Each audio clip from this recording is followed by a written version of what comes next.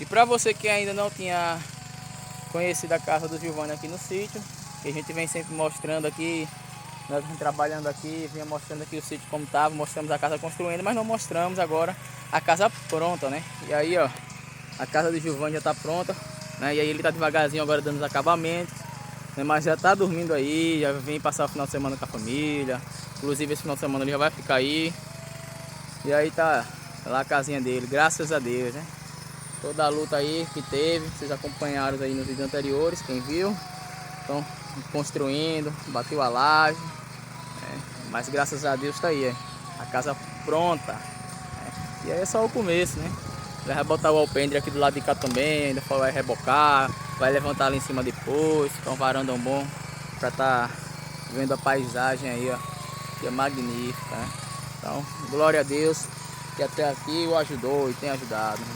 Louvado seja o Senhor.